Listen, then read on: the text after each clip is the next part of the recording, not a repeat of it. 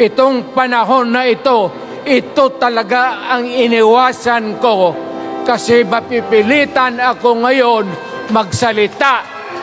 Alam mo, Mr. President, hindi ako maghingi ng tawad. Kagawan mo yan eh. It is your responsibilities sa sarili mo. What you do in this world binds you. Iyo yan. Huwag mong sisihin ang ibang tao kasi sarili mong utak at katawan yan. Nung ako'y mayor, pinakitaan ako ng evidence ng PDEA. Doon sa listahan, nandoon yung pangalan mo. Bongbong Bangag yan. May drug addict tayo na presidente, putang inang yan.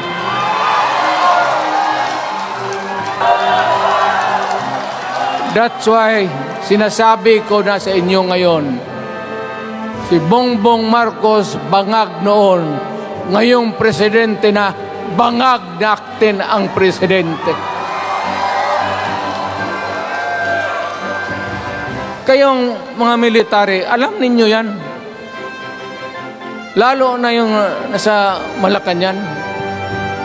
Alam ninyo. The Armed Forces of the Philippines, alam ninyo. May drug addict tayo na presidente, putang inang yan.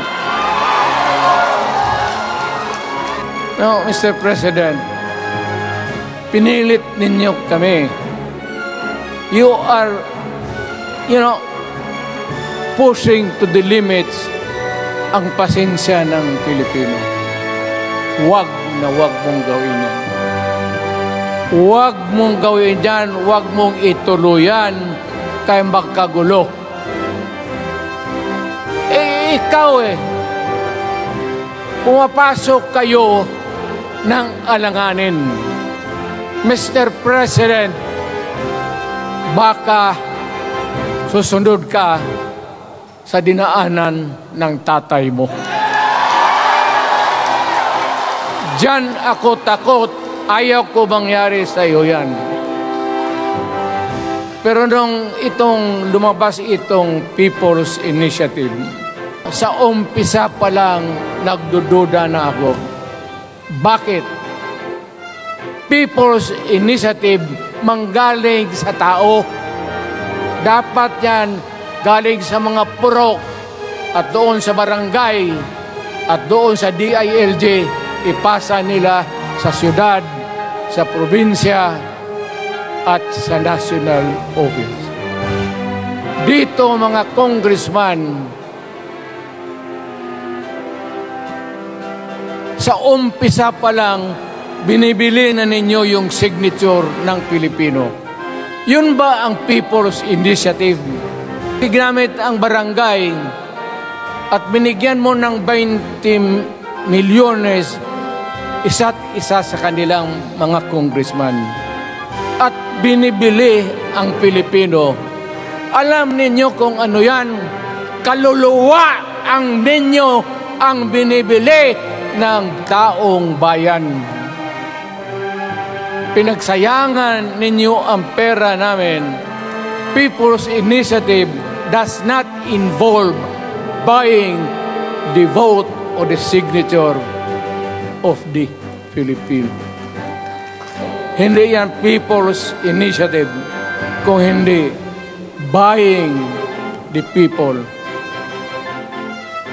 for their signature. You never educated the Filipino people. You want the Filipino to remain ignorant para you can do what you want with the country. Yan ang totoo. Kasi ginagago ninyo para walang alam ang taong bayan. Hindi ako mapayag ng ganon na Nakapag-aral ako, hindi naman ako ignorante. Bakit ka mag-people's change? Ganito yung plano. Presidential, tapos parliament. Ang presidential, lahat kayo, ako, ikaw, lahat, hanggang doon, nagboboto, direct vote to elect a president. Itong parliament, prime minister lang ang magboto, yung mga assembly who are the congressmen now. Putang ina ninyo, wala akong tiwala sa inyo. Wala kayong prinsipyo, bukang pera kayo lahat. Yan ang totoo. Kayo,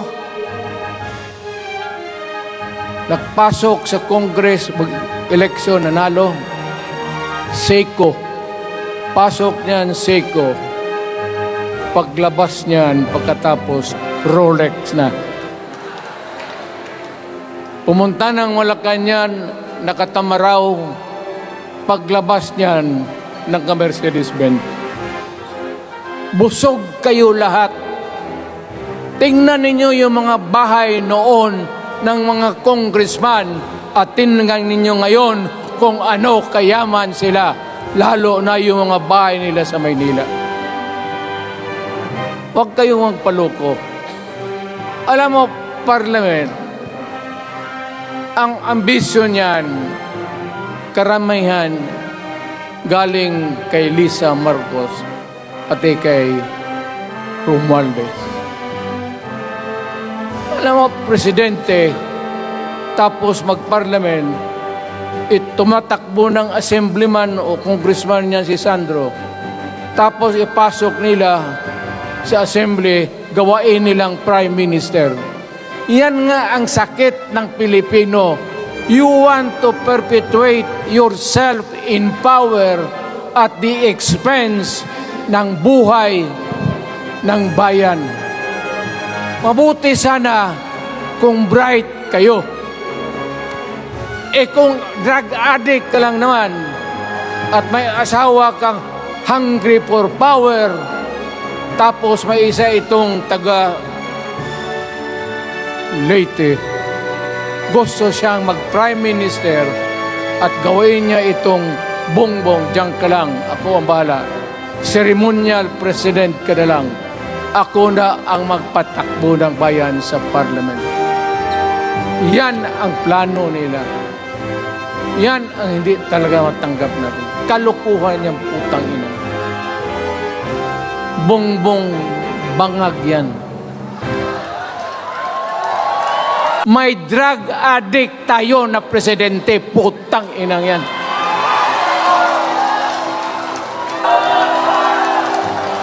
That's why sinasabi ko na sa inyo ngayon, si Bongbong Marcos bangag noon, ngayong presidente na, bangag natin ang presidente. Kayong mga military, alam ninyo yan. Lalo na yung nasa Malacanang. Alam ninyo, the armed forces of the Philippines, alam ninyo, may drug addict tayo na presidente, putang inang yan. No, Mr. President, pinilit ninyo kami.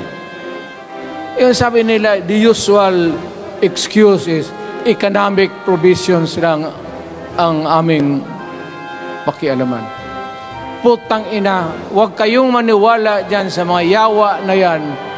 Puro kasing sinungaling ang mga ulol.